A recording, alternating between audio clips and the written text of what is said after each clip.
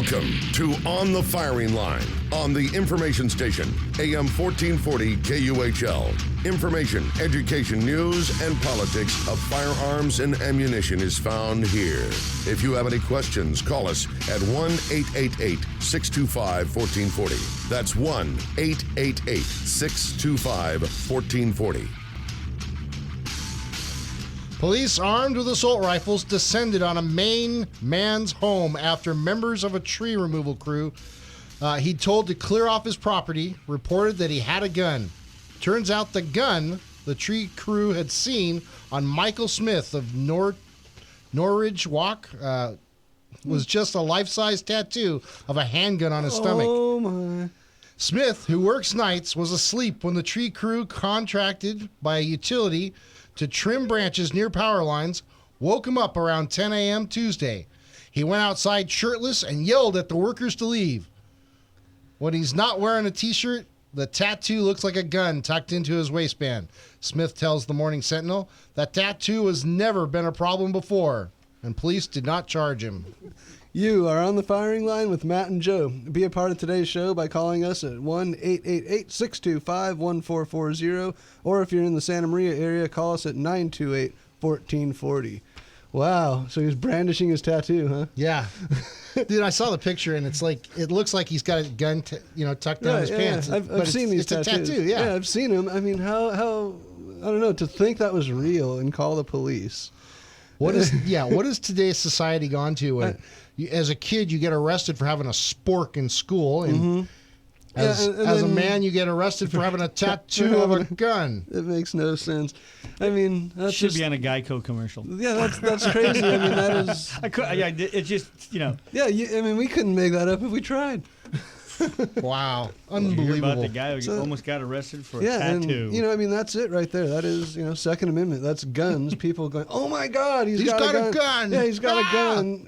Never mind. Even if it was a gun and it was in a holster, or if it was in his pants, maybe he had an inside the waistband holster. I don't know. But, what's that concern? Yeah. Unless he's out pointing it at you. And he wasn't yelling or pointing at his gun like, I'll shoot you. Yeah, if you don't get off my property, I'm going to pull out my tattoo. Pull out what? My tattoo. It's just absolutely insane. I do have another story. It's unarmed man jailed and charged for worrying bus driver. And it kind of falls in the same line of just how far things have gotten ridiculous. Yeah, people are so quick to jump up and scream he's got a gun. I mean, I don't know. It just seems like that's what you do nowadays, right? Right. Oh, my gosh. He's got a gun. But today's show is truly going to be about a little bit of American history. Somebody brought up the story to me, and I just had to go and find out what it was about, and I've decided to read the story to you guys here on the firing line with Matt and myself and Jim. And it's the Battle of Blair Mountain. I don't know if any of you have heard about this battle before, but it's something that's taken place on American soil. It happened in the 1920s, and it's something... Well, unlike perhaps Athens, Georgia, where they actually won the battle hands down there, this battle they didn't necessarily win. U.S. government troops were involved as well. But in the long run, after time had passed, it had brought certain things to light that helped America and what made America, what makes us who we are today. With certain laws that were passed to protect the workers and different things like that. So it's going to be an interesting story. It's also going to let us know where the term redneck came from. Oh, I've been dying to find that one out. Yeah, so that's going to be kind of interesting. But before we get into all this, yes. There was last week a question that we had asked everybody. This is true. And I think it's time we give you the answer and we ask a new question. So what two people did write the Second Amendment? This is a great question. We had a lot of good, people were calling in, giving us really good answers. They were close, that's for sure. When you try and find this stuff out too, you're going to come across a lot of names and intersecting names and stuff like that. But it really broke down to just the two of them, I think. That's what we kind of agreed upon here. Yeah, and being that it's our show, we get to pick which two names we were looking for, and these were the two. Of course, everybody knows that James Madison was the writer, was the person who wrote the Second Amendment. Yep. But there was a co-author. He co-authored it with George Mason. George Mason was the one we were looking for, guys. Yep. Yeah, so that was it, and I know now you're going to be typing it into your Google machines, making sure it works. But that's right. That's right. It's funny, when I went back to the shop, I asked the guys there at work if they knew, and only one person got it right, and that was Dwayne. He got it right. That doesn't surprise me. He's pretty good on American history. Yep. Just for a little bit of tidbit information, did you know that James Madison got the Second Amendment information and based it from the Blackstone Rights of English Law? Yep. So a little bit more history on that. Yeah. So I mean, he had a let's call it a blueprint, I guess. Yep. And then he kind of put an American twist. And to steal somebody's words, it was actually the English law was set up so that every man could raise a sword. Also, it had religious. There was a lot of stuff going on with the religion, and people needed to be able to protect themselves from other religious fanatics, and so that was another reason why that law was there. But of course, we as Americans, we adopted it into our Constitution for a number of reasons, and I'm sure that you've heard quite a few of them here on this show, from the Federalist Papers, the Anti-Federalist, all the way up to today, and what we think of our Constitution and what we believe our forefathers thought of it. We do have a new question, yes, though. we do. All right. Keeping it exciting. We weren't going to let you guys have 7 days to figure this out, to bring it back up. That would be rude. So we got a new one today, and, this is kind of cool because it's kind of based off, a question revolves around one of Joe and I's favorite pistols, I think. So let's just kind of get into, we're going to basically be asking when the Army adopted the 1911. And it's a three-pronged question, so you're going to have to come up with a few different things here. Number one, when did the Army, or the Cavalry, actually adopt the 1911? Number two, when did the Navy and the Marines adopt the 1911? And number three, what was the first action that the 1911 actually saw? Yeah, what conflict was it? And, it's, I have no doubt you guys can figure this out, and it's very interesting stuff. Maybe the title of the model of the pistol might be a hint. I don't know. All right. Also, if you answer all three questions correctly, you will get this gift certificate of $150 towards restoration or conversion of any radio made from 1930 to 1970, and that would be a car radio. This will be with Bob's Radio and TV, because Dan called up and offered us this to be able to give out as a donation for you guys out there. So we're hoping that somebody will come up with the answer to all three questions. When did the Army adopt the 1911? When did the Navy and the Marines adopt the 1911? And what was the first action that the 1911 was actually seen in, military-wise, here in the United States? This is a fantastic gift certificate here for anybody who's into collecting older cars and wants to restore things, or even wants to upgrade it a little bit. So give us a call here. Our phone number is... It is 1-888-625-1440, or if you're in the 805 area code, 805-928-1440. So give us a call and let us know what you think, and hopefully we can hand this out to you. Absolutely. And if you missed that phone number by any chance, you can always go on to our Facebook page, On the Firing Line with Matt and Joe. Yep. I've put the outline of every show up there, plus a number of articles. We would hope that we can get as many people as we can to go on Facebook, like our page, so that we can get a lot of followers.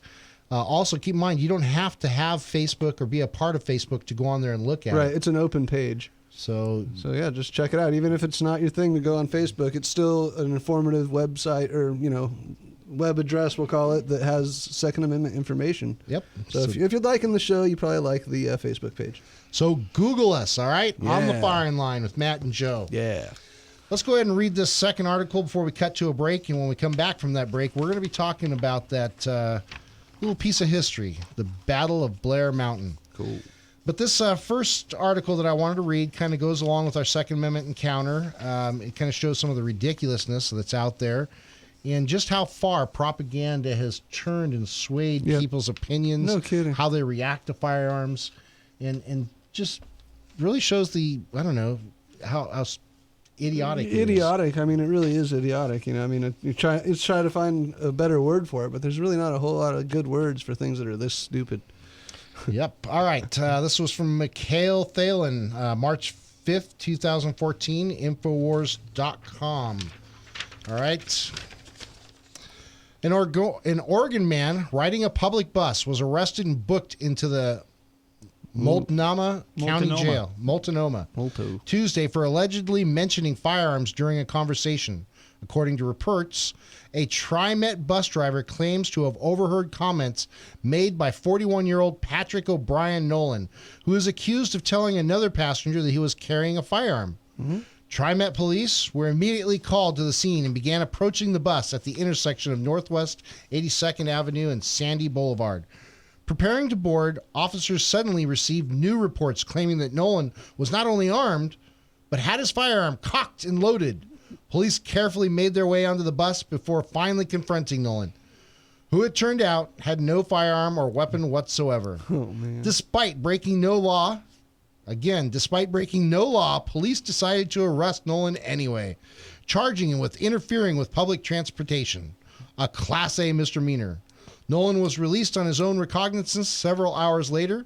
According to TriMet regulations, no person, except for law enforcement, can bring or carry any firearm, knife, or any other instrument, article, device, material, or substance specifically designed for or attempted to be used to inflict or cause bodily harm to another, as Oregon state law preempts any regulation that restricts the possession or transfer of firearms under Oregon state law 166.170. Like, everybody really needed to know that. TriMet also goes on to state that a person in possession of a weapon that cannot be legally banned may not display or carry the weapon in a manner which is likely to result in fear or harm by other persons in district employees. Regardless, Nolan's arrest clearly illustrates the establishment's over-the-top reaction to any Second Amendment-related issues. In countless examples across the country, people, mostly children, have been punished for completely legal activity. Last April, a highly decorated military man was illegally detained and disarmed after an officer accused him of rudely displaying his knife while out on a hike with his son. In 2012, a 5-year-old girl in Pennsylvania was suspended for making a terroristic threat after telling fellow students that her Hello Kitty toy bubblegum Bubblegum? Oh my God. The following year, a 5-year-old Maryland boy was interrogated for 2 hours until he wet himself after bringing a toy cap gun to school.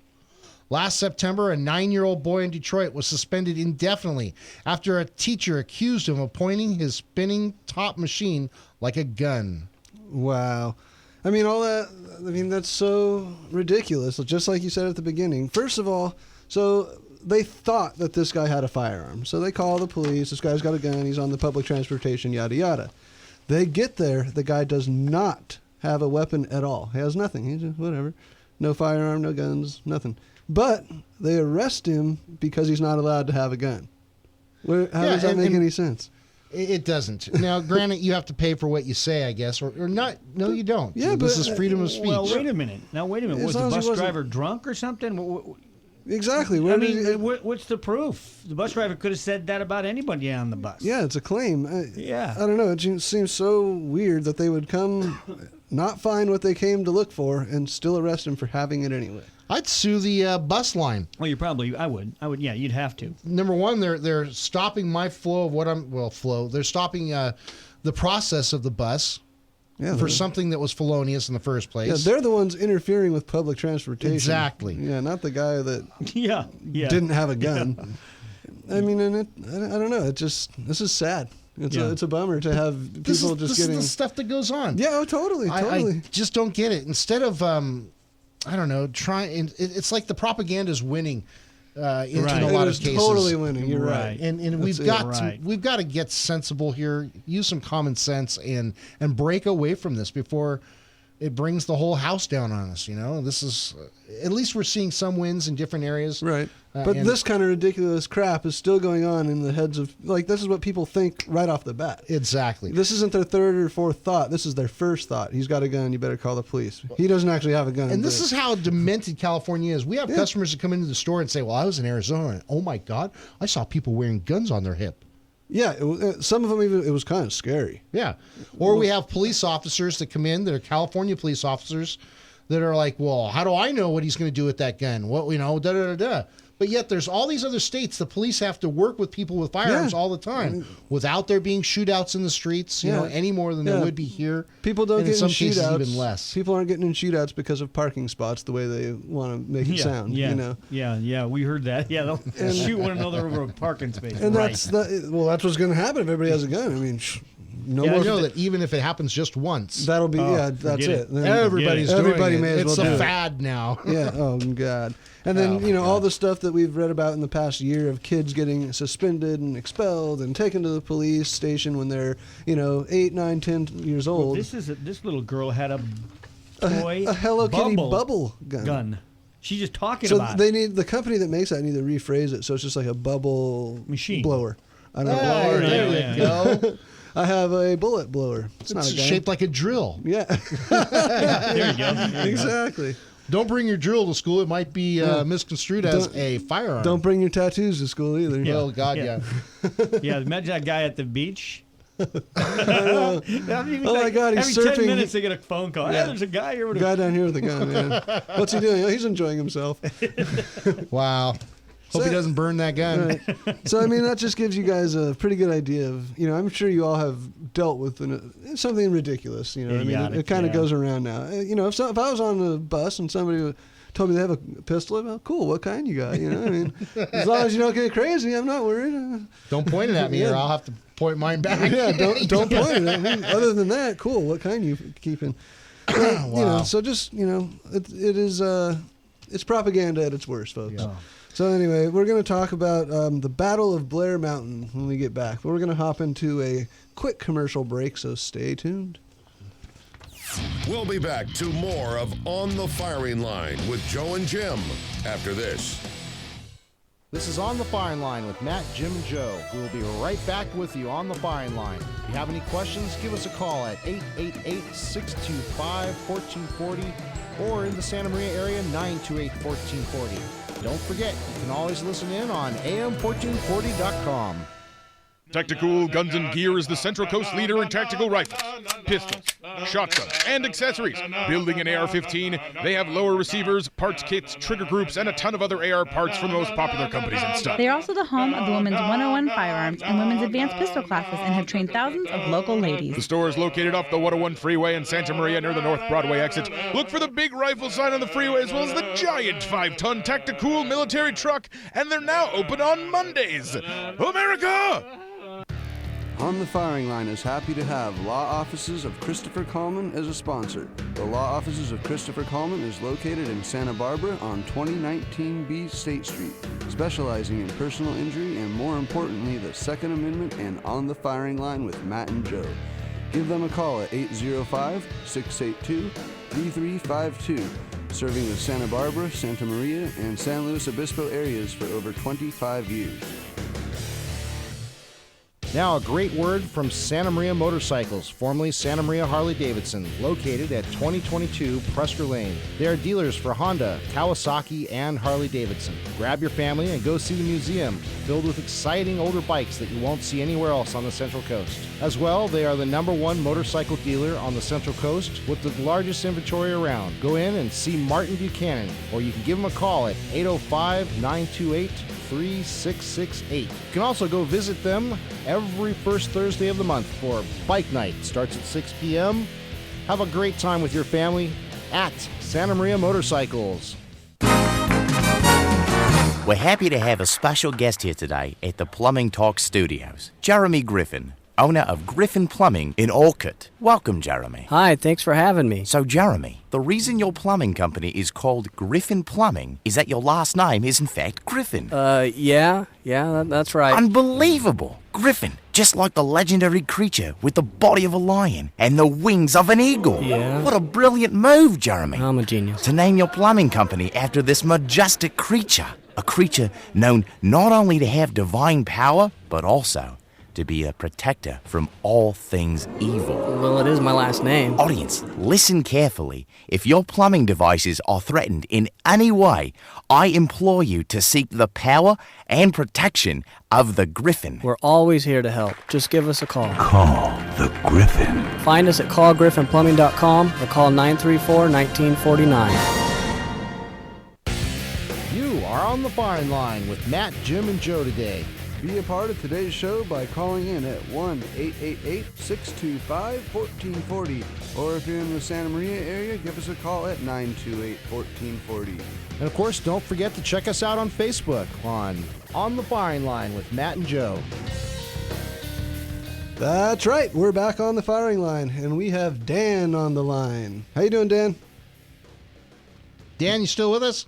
You betcha. Yeah. What's happening? Hey, one thing got me, you forgot, is that other stupid kid thing they got where the kid cut out, like, I don't know what it was, a pancake or something that looked like a gun. Oh, no. That's what you get for playing with your food. He played with his food, and they put him out. He's like a preschooler. They did a thing, and it looked like a gun. Oh, man. When I was a young kid that age... No, it's like a mountain. Yeah, I used to draw guns all the time, man. I would have been terrible. Oh, man, this is like, these lefties have just absolutely, they've gone over the top. Absolutely. Yep. I mean, when we were kids, you pick up a stick, it was a gun, right? Oh, God, yeah, I played that many Cowboys, times. Indians, do all that stuff. Oh, yeah. And now, of course, you do Indians, that's, politically incorrect. Well, now I think they want to take the guns away from G.I. Joe. Oh, no, don't do that. That's no good. And, when you're a kid... I want to make sure you let everybody know that coupon is like, show it after the job's done. Yep. That I'm offering. This is a true deal thing. Yep. Absolutely, everybody. I hope you heard Dan there. What he said is you can take this $150 gift certificate, and after he's written his estimate and completed the work, then you can present it so that you know he's giving you the fair deal. Yep. You will truly get $150 off. Or you can get the estimate, and then say I got a coupon, and then it's good at that point. Yep. In fact, you know what? I'm going to add $25 to it. So it's now $175? It's now $175. You guys throw it on there. All right, you got it. We'll do that. So, hey, everybody out there, you get a $175 gift certificate at Bob's Radio and TV. And that's only because you guys are really putting hard answers where they just can't go Google it. Well, that's kind of what we were trying to do, because we know, that's... With everybody having a phone at their beck and call now, it's kind of easy to do that. So that's why we put a three-legged question. Oh, man, the one you had last week was great. They were pretty close, but not on. So. Yep, not on the money. Not enough for the gift certificate anyway. All right. Cool. Hey, I'll let the other callers come in, and I'm going to come down and see you guys. I got, a few firearms I want to come down and run, I haven't had a chance to run them through and see how they fire. All right, sounds awesome. Hey, everybody, so those three questions one more time is, when did the U.S. Army adopt the 1911? Also, when did the Navy and the Marines adopt the 1911? And then, when did the 1911 in the military service of the United States first see action? These are good questions, and it'll be interesting. Very, very good, guys. You got it. All right. Well, take care, Dan. Thank you very much for calling in. Catch you later. All right. Bye-bye. Let's see if anybody calls with the correct answer for that. That'll be fantastic. Well, that was cool. You just bumped it up for you guys. Now Yep. you have an option of $175. That's pretty good. And if we keep stumping you with the questions, maybe we'll get it up to $1 million. 100 million for fillion. All right, so now let's get into U.S. History 202. 202. The Battle of Blair Mountain. All right, this was written by John McCoy from Cedar Hill, Texas. And it starts out just like this. Hello, I'm John McCoy from Cedar Hill, Texas. And in August 1921, some 10,000 West Virginia coal miners, outraged over years of brutality, lawless exploitation, and the daring daylight assassination of Mattawan Massacre defendants Sid Hatfield and Ed Chambers, picked up their rifles and marched south to Logan and Mingo counties, determined to end the non-Union regime. They were intercepted by Logan Sheriff Don Chafin, an infamous figure in Union history. Chafin's men met the miners along a broad defensive front just inside the northern Logan County border, and the Battle of Blair Mountain began. For 10 days, the miners fought a pitched battle against an opposing legion of deputies, state police, and makeshift militia. Only the declaration of martial law and the intervention of a federal expeditionary force, including a bomber squadron commanded by General Billy Mitchell, ended America's largest labor uprising and the largest armed insurrection on U.S. soil since the Civil War. Wow. For 6 days, the Charleston Gazette headline news screamed, "Martial law in 5 counties. Troops invade Boone County and a hard battle on 2 fronts of Logan Line." A war was in progress in West Virginia. As many as 15,000 men were involved, and an unknown number were killed or wounded. Bombs were dropped. Trains were stolen. Stores were plundered. A county was invaded and another was under siege. The president had to send in federal troops. The United Mine Workers of America was fighting for its life. And today, almost unbelievably, this war is nearly forgotten. There is not even a roadside marker or commemorative to the mine war, which also referred to as the Battle of Blair Mountain, the Miners' March, or the Redneck War. And that's where we're going to learn about the rednecks today, okay? The general causes of the conflict of 1921 developed over many years. From the time the first shovel of coal was removed from West Virginia, the men who did the mining were exploited by those who owned the mineral. Miners and their families often existed in crowded, isolated, and substandard coal camps at the mercy of the mine owners who owned the camps as well. Miners who fought for better wages or living conditions were fired from their jobs, thrown out of their homes, and blacklisted from other mines. One either accepted the system or moved on. A ray of hope appeared for the miners in 1890 when the United Marine Workers of America was organized by a merger of 2 earlier miners. Yes. Unions. 2 earlier miner unions. Yep. Minor By the unions. turn of the century, unionized mine operators in the northern and midwestern fields were putting pressure on the UMWA to organize the younger West Virginia industries, whose cheap coal was undercutting established markets. Threatened with the loss of their foothold in these older coal mine unions, officials set about trying to organize in West Virginia. They were met with resistance by mine owners and the courts. Injunctions were issued against the use of coercion or of violence. Let's start that one over. Injunctions were issued against the use of coercion or violence to force miners to become union members. West Virginia mine owners hired special guards and deputies called the gun thugs by the miners for the purpose of keeping the union out. One of the most hated tools of the mine owners was the yellow dog contract, which many miners were forced to sign. In the contract, the miner agreed not to join the union under penalty of losing his job and company house. These contracts, upheld in court, were a powerful weapon in the hands of the operators and much resented by the miners. Well, I mean, these guys really, kind of had it rough. I mean, they did. It was pretty tough. In this town, they actually used their own money. That they had markers and stuff. Mm-hmm. And if you lost your house, they would come and evict you right there on the spot. You had no choice about it. Wow. While you were sitting there watching, they'd be unloading your house, everything right out in the middle of the street.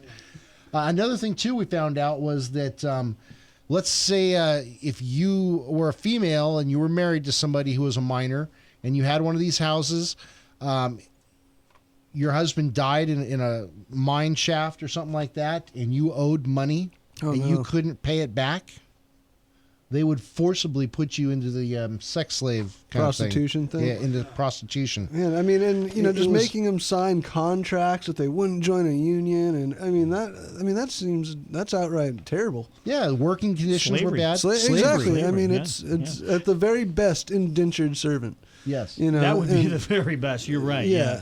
But that went on to the 1950s. Right. Yeah. They had those It's miners' true. camps, and they took their chits and went to the grocery stores or hardware or whatever. That's what they. Weird, huh? Very strange. Yeah, I mean, it's very strange. Keep no in mind, wonder though, these guys the stood reason up. why we're reading the story is because it shows that you can, in America's design, so that you can stand up and fight against these kind of conditions, especially when politicians are involved judges in law enforcement are all paid off, and they're all part of the system that is tyranny. And when that happens, you have the right to defend yourself and to step up against these things. Yeah, this is literally tyranny. You have the obligation to step up. Not only the right, you have the obligation. Absolutely. Keep America free and strong. All right, in the early 1900s, the majority of the West Virginia's mines were owned and operated by individuals rather than large corporations. Many of these operations were tiny by today's standards, although they employed more workers than might be expected, since coal was mostly mined by hand. Owners of these mines found it difficult to absorb financial losses. They feared the union because of its insistence upon costly practices such as higher wages, safer working conditions, and collective bargaining. In spite of this fear of the unions, roughly half of the mines in the state had accepted the UMWA by 1910. Most of these mines were north of the Kanawha River. South of the Kanawha, the mine owners and their hated guards were still in control. To ensure their continued control over the operations and to keep the union away, mine owners in West Virginia gradually gained control of local and state government through the use of coercion, bribery, and fear. The frustrated miners soon realized that no help for their grievance would come from courts or elected officials, so they turned instead to strikes and violence to settle their disputes. This made their causes feared and unpopular with the general public. In 1912, the first major strike in the West Virginia mine wars occurred on Paint and Cabin Creeks in Kanawha County, where 7,500 miners walked off the job over a wage dispute. Wow. The operators, refusing to negotiate, fired the miners and evicted them from their company-owned homes. Thousands of people were forced to take shelter in the woods and hills above the two creeks. Mother Jones, the fiery foul-mouthed union organizer, arrived and encouraged the miners to take up arms. The union provided guns and ammunition, and for weeks the two creeks were a bloody battlefield. Only when the enraged miners seemed likely to wipe out the mine guards did the governor declare martial law and send in the state militia to end the strike. You know, this reminds me of conflict diamonds, like, you know, the African blood diamonds and stuff. Yeah. This is kind of the same type of thing. You know, they're just they have armed guards saying, you go do the mining, we're going to pay you, you know, beans basically. Right. And don't you dare stray from what we have written down for you. You know, I'm thinking, you know. No wonder these guys stood up and revolted. Yeah, of course. I mean, you know, you slap a dog around long enough, it's going to turn around and bite you. You know, that's just. That, I mean, human nature is not to be, you know, you're not to thwart it, you know, you're to invite it. And when you keep thwarting people and telling them they're not going to do what you know. Well, yeah, I mean, everybody, you know, just like you know, if there's a sign that says don't do it, people are going to do it. Especially in America, man. America's known for its obstinance, man. The violence, albeit sporadic, continued for years. In 1917, America's entry into World War I brought a short truce to the continuing struggle between the miners and the mine owners. The market for coal was good, and most of the younger labor force was fighting overseas. But tensions surfaced again as soon as the war ended. In 1919, an armed band of pro-union miners marched through Boone County in an attempt to organize the Logan and Mingo County mines. They were stopped at Danville in Boone County when word from the governor to either disband peacefully or face the state militia reached them. The march ended without incident. On May 19th, 1920, several mine guards, including Albert and Lee Feltz of the notorious Baldwin Feltz Detective Agency, who had been evicting miners from company houses in Mingo County, were ambushed and slaughtered in downtown Matewan. The battle, led by Police Chief Sid Hatfield, also claimed the lives of Matewan's mayor and 2 miners. Hatfield and his henchmen were trumpeted as champions of the Union cause and were acquitted for lack of evidence when brought to trial for the murders. Wow.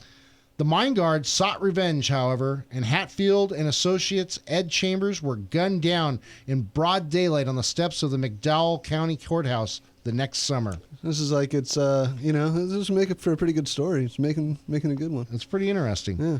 All during the troubled summer of 1921, there was violence and unrest in the southern coal fields. Fighting got so bad in Mingo County that Governor Morgan declared martial law there to protest the murder of Sid Hatfield and the conditions in Mingo County. The leaders of the Union called for a rally at the state capitol on Sunday, August 7th. Mother Jones was invited to speak to the group. She reviled the governor and coal companies and called upon the miners to march into Logan and Mingo counties and set up the Union by force. In Logan County, this would mean crushing the power of Sheriff Don Chafin, who was paid by the coal companies to keep out the Union. He sustained a force of 300 special deputies whose purpose was to watch all incoming roads and railroads and to prevent rallies at the mines. Suspicious characters were jailed without legal recourse, and many people simply disappeared. That's crazy. Yikes, yeah. That's just crazy. This is American history. Yeah, and this is less than 100 years ago. Yeah, this isn't all that long ago, right? You know? This is all right around the turn of the century, the turn of the 20th century. Yeah, this is crazy. These are the things that can happen. It's not like it's This is the circle of history too, and things like this happen before. Yeah, we're not immune to this happening again. Take our guns away and see what we can do to rise up against something like this. Yeah, There's nothing they could do. There's nothing you can do. Right. These guys had a hard enough time even with firearms. Yeah. They were subpar. Well, and listen on. Sheriff Chafflin virtually ruled all aspects of life in Logan County and was hated and feared by the Union.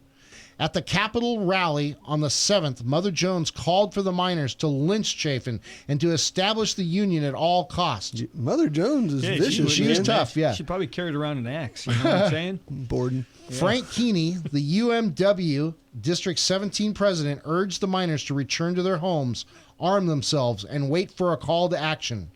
Mother Jones and Keeney were calling for the Union to gamble its future in one desperate show of force. They realized that if the march was successful and the Union could be carried out by force into Mingo and Logan counties, which were bastions of non-union labor, then the UMWA would be free to organize any mine in the state. However, they surely must also have realized that if their armed march was unsuccessful, the Union would probably be cast out of the southern West Virginia altogether. Oh, so it's got big stakes here. Yep. You know, I think that she was actually part of the mine things before she became a Union person. So there was a lot going on there. She probably got kicked out of her house. She knew house what she or was going something, on. yeah. Yeah, I wouldn't be surprised. There's definitely a background there. Yeah. Now, the call to arms came on August 20th of 1921. On that day, 600 armed men gathered at Lenz Creek near Marmot in Kanawha County. The area became an armed camp as angry men swarmed in from all parts of southern West Virginia and surrounding areas. Some reportedly came from as far away as Kentucky, Pennsylvania, and Ohio. A few men wore uniforms and helmets left over from Army service in World War I. By the late afternoon of August 21st, 1,500 men had gathered at Lenz Creek. Their destination and purpose was kept a secret, and reporters and law enforcement officers were turned away. The Charleston Gazette reported that the miners were preparing to invade Logan County, but no one in authority could be found to verify the rumors. Residents of Charleston were thrown into a panic by rumors that the miners, who were only 10 miles away, were going to attack the capital city. By the 23rd, the number of miners had swollen to between 7,000 and 8,000 men. Wow. Flu and dysentery invaded the miners' unsanitary camp, and 6 doctors and 8 nurses were brought in to care for the victims. That night, Mother Jones spoke to the assembled miners and, for reasons still unknown, reversed herself and urged the miners to disband and go home. Oh, the Union probably pulled out their Gatling guns and were like, well, we have these. Yeah, and they're holding the anti-union guys. Yeah, they're probably holding their children somewhere. Yep. I mean, and this is, imagine just real quick, just to pull out of the story and put this in today's context. If if the city you live in, say 8,000 people, locally employed people, that have jobs and that are not criminals or anything, had it up to their eyeballs, and now they all gathered, 5-10 miles out of town. Or right at the edge of Sway Road, where the fields are. Exactly, and now they're getting ready to take it back or, fight whoever, and they're not even letting law enforcement in. So they're saying, we're going to fight you, get out of here. I mean, this is scary stuff. It is. Now, she said she had received a telegram from President Harding ordering the men to disperse. The telegram was proven to be bogus, and Mother Jones left the miners' camp discredited and in disgrace. In spite of Mother Jones' preparations for the invasion continued. Finally, on the night of August 24th, somewhere between 8,000 and 13,000 men started up Lenz Creek toward Logan County, 65 miles away. When the news reached Logan early in the morning, shop whistles blew and church bells were rung in alarm. Sheriff Chaffin rushed his deputies to the top of Blair Mountain to man the fortifications that had been thrown up in preparation. Chaffin also called out every able-bodied man to assist the deputies. The marchers followed a winding mountainous dirt road from Marmot. The Charleston Gazette telephoned Boone County Sheriff John Hill and asked him if he intended to do what he intended to do to stop the thousands of miners. The sheriff replied that he had only 3 to 4 deputies, and as far as he was concerned, the miners were perfectly welcome to walk along the highway through Boone County. Well, wow. Unbelievable. Yeah. After a fast-moving advance group of miners reached the foot of Blair Mountain early on the morning of August 25th, they were surprised by a group of Chaffin's men, and a pitched battle broke out. The miners eventually retreated. In the meantime, the main group of marchers was stretched out in a long, straggling, unorganized line of weary older men and excited young ones. They carried every type of firearm, from machine guns to old flintlock mountain rifles. Some carried banners which said, "On to Mingo," and around their necks were tied red bandanas, their Union symbol. The marchers were called themselves rednecks, wow, as did most everyone else. This name, which is now commonly used as a slang term for someone who is uneducated or bigoted, in those days referred to the radical or red. So it was red scarves around their necks, huh? Yeah, so that's where the term redneck came from. Oh, well, you learn something every minute. You can if you keep your ears open. Listen to Joe. Yes, sir. We should probably take one more quick break. When we come back, I'll finish this story up because I think it's a good story and it has a lot to say about our history, our culture, and everything. It's definitely a good story. I'm ready to hear what happens here, so I'm excited. All right, we'll be right back with you on the firing line. You're listening to On the Firing Line on the Information Station. This is On the Firing Line with Matt, Jim, and Joe. We'll be right back with you on the firing line. If you have any questions, give us a call at 888-625-1440 or in the Santa Maria area, 928-1440. Don't forget, you can always listen in on am1440.com. Tactical Guns and Gear is the Central Coast leader in tactical rifles, pistols, shotguns, and accessories. Building an AR-15, they have lower receivers, parts kits, trigger groups, and a ton of other AR parts from the most popular companies and stuff. They are also the home of the Women's 101 Firearms and Women's Advanced Pistol Classes and have trained thousands of local ladies. The store is located off the 101 freeway in Santa Maria near the North Broadway exit. Look for the big rifle sign on the freeway as well as the giant 5-ton Tactical military truck, and they're now open on Mondays. America! On the Firing Line is happy to have Law Offices of Christopher Coleman as a sponsor. The Law Offices of Christopher Coleman is located in Santa Barbara on 2019B State Street, specializing in personal injury and, more importantly, the Second Amendment and On the Firing Line with Matt and Joe. Give them a call at 805-682-3352, serving the Santa Barbara, Santa Maria, and San Luis Obispo areas for over 25 years. On the air with the Midnight Mystic is one of our regular callers, truck driver Charlie. Well, I just seen another one, Midnight Mystic. Another Griffin, Charlie? I'm telling you, they're all over the Central Coast now. How long have you been on the road now, Charlie? 2, 5, 8 weeks, I don't know. Perhaps you should park the truck and get some sleep, and maybe the Griffins will disappear. Well, there it is again. I'm going after it. What does it look like, Charlie? Holy mackerel. It's got the body of a lion and the head of an eagle. Is it flying, Charlie? It's on the side of a white truck. Is it a Griffin plumbing truck, Charlie? Could be. I don't know. I'm pulling right up to it. We seem to have lost contact with Charlie, but I'm sure he'll be okay because Griffins, just like the good folks at Griffin Plumbing, are here to protect and serve. In fact, if your plumbing devices are threatened in any way, call the Griffin. Find us at callgriffinplumbing.com or call 934-1949. You are on the Firing Line with Matt, Jim, and Joe. Be a part of today's show by calling in at 1-888-625-1440, or if you're in the local Santa Maria area, please give us a call at 928-1440. That's right. We are back on the firing line. Doing a very cool story on the Battle of Blair Mountain today, reading that to you guys. But wanted to remind you, we still have this gift certificate for now $175 to Bob's Radio and TV to get your car radio, your vintage car radio fixed up. So real quick, the answers, or the questions that we're asking, the answers we're looking for are, when did the Army adopt the 1911? When did the Navy and Marines adopt the 1911? And when was the 1911 first used in action, and where was that? Absolutely. Can't wait to see if somebody gives us a call and gives us the answer to that. Yep. All right, let's get on with the Battle of Blair Mountain. So we were talking about the marchers who called themselves the Rednecks. Yes.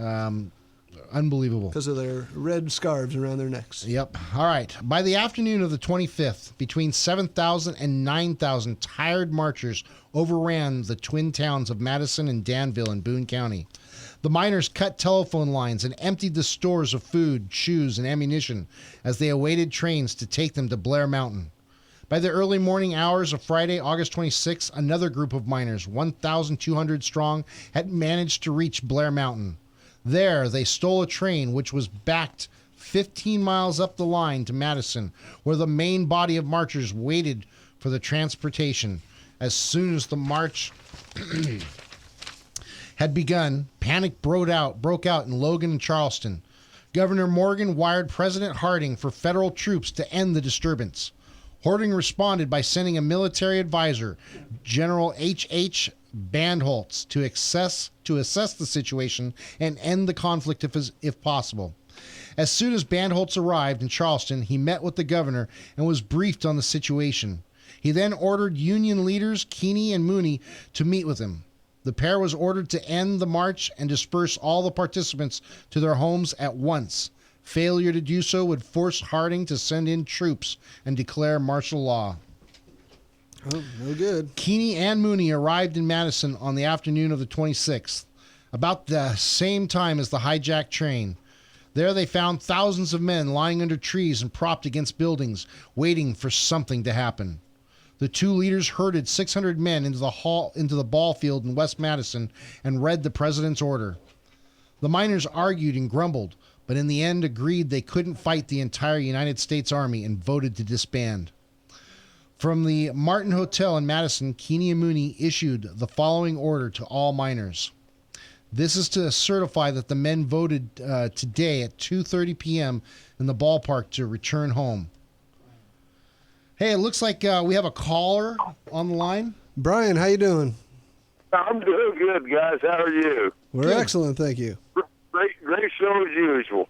Awesome. Excellent. I was thinking that they first adopted 1911, I'm guessing when they had the Spanish-American War. I could be wrong. And then the Navy, who did you say, the Navy? Yeah, the Navy or the Marines. Same back then. The Marines and the Navy, gosh, I'm going to say during World War I, about 1917. And the Army? The Army, they adopted it, it seemed to me, later on. It might have been in the... I think they did not adopt that particular weapon until, I'm going to say, in 1941. Well, you got very close on one of those. I don't want to disclose which one, but you did not line all three of them up. One of them was on, one of them was close, one of them was far off. How's that?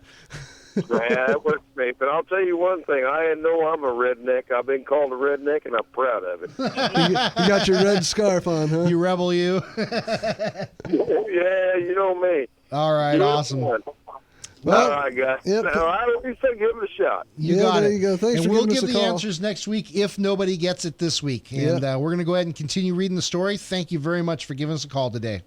Well, whoever's closest wins, right? All right, take care, Brian. Thank you very much for what you do. You got it. Thank you. All right, from the Martin Hotel in Madison, Keeney and Mooney issued the following order to all miners. This is to certify that the men voted today at 2:30 p.m. in the ballpark to return home. The trains are being arranged for their transportation home. On Saturday, August 27th, the Gazette reported the miners homeward bound and stated, the march on Mingo County, which started as a protest against martial law, is now history, or so they thought. On the morning of Sunday, the 28th, word passed like lightning up and down the line of returning men that Sheriff Chafin's guards were shooting women and children in Sharples, a small mining camp just inside Logan County on the Blair Mountain Road. Immediately, the men turned and started back toward the mountain, and again the sirens were sounded in Logan. The miners regrouped at Blair in less than 36 hours.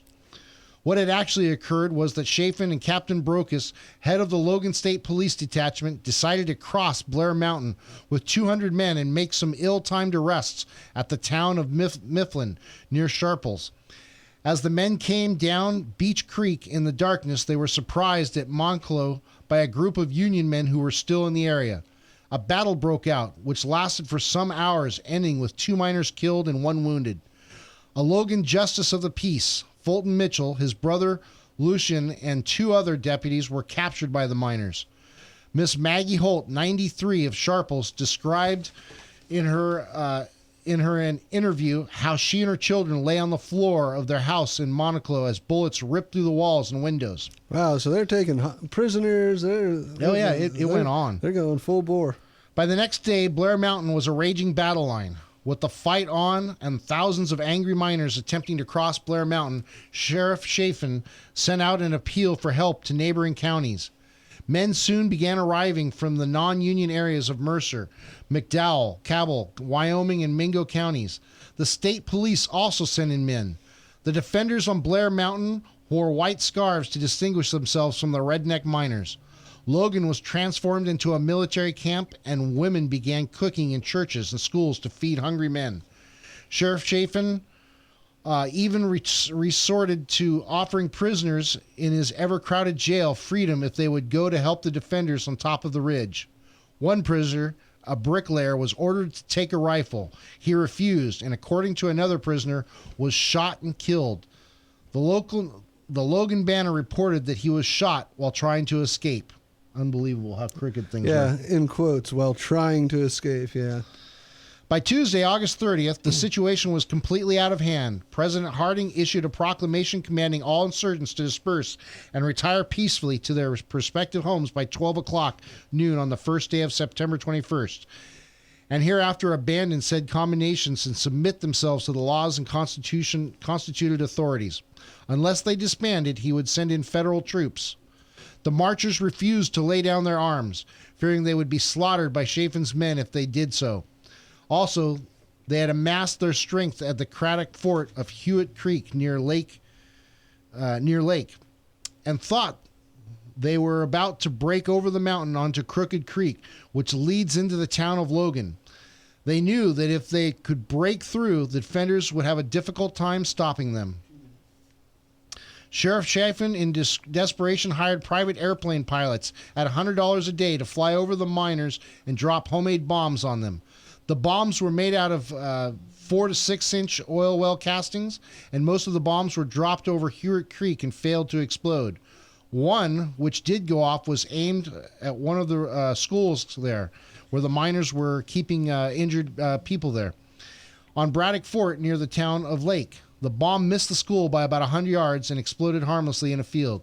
Those bombs were made out of bleach. Yeah, those are crazy. I mean, those are literally when guys would stick their arms out of their, biplanes and just let it rip. Let's see here. God, I've got 2 more pages, and we've only got 1 minute left. I'm sorry that it's so ill-timed. I am going to have to finish the rest of this story next week. To be continued. Yep. Absolutely. And I think it's a great story. I mean, it's a good point of American history of how these guys, the miners, the miner union, stood up for something. You know, they were sick and tired of being sick and tired. And before they knew it, there was 8 to 12,000 of them. I mean, that's pretty incredible. Well, as you're going to find out when we read the rest of it next week, they sent in reporters that were wartime reporters. And it brought so much national attention to them that even though they did disband in the end, it became something that changed. Yep. I think it took about another 10 years, but it changed the way work is done nowadays. Yeah, it's amazing that we don't learn about this in history. You know, I mean, you'd think that this would be something that's in American history, and I'm sure it is somewhere real deep, but they're probably trying to lose it because God forbid, you know, that we stand up for ourselves.